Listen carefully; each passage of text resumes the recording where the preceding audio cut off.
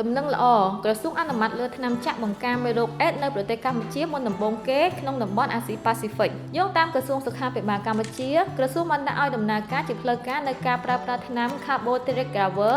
ដែលអាចចាក់បានយូរអង្វែងដើម្បីការពារមេរោគអេដក្រសួងបានអនុម័តលើការផ្តល់ការចាក់ថ្នាំបង្ការមុនពេលប៉ះពាល់មេរោគអេដព្រឹបដែលចាប់ផ្ដើមពីត្រីមាសទី1ឆ្នាំ2025សម្រាប់ប្រជាជនដែលមានហានិភ័យខ្ពស់នៃការឆ្លងមេរោគអេដរួមទាំងស្ត្រីរកស៊ីផ្លូវភេទបុរសស្រឡាញ់ភេទដូចគ្នាអ្នកបដូរភេទនិងអ្នកដែលប្រើប្រាស់គ្រឿងញៀនការចាក់ថ្នាំ Carboteric Graver នេះដែរផ្ដល់ការការពារដ៏មានប្រសិទ្ធភាពរហូតដល់2ខែក្នុងមួយដុសបើតាមទិន្នន័យស្រាវជ្រាវបានបង្ហាញថាថ្នាំចាក់ប្រភេទនេះអាចការពារបានពី92%ទៅ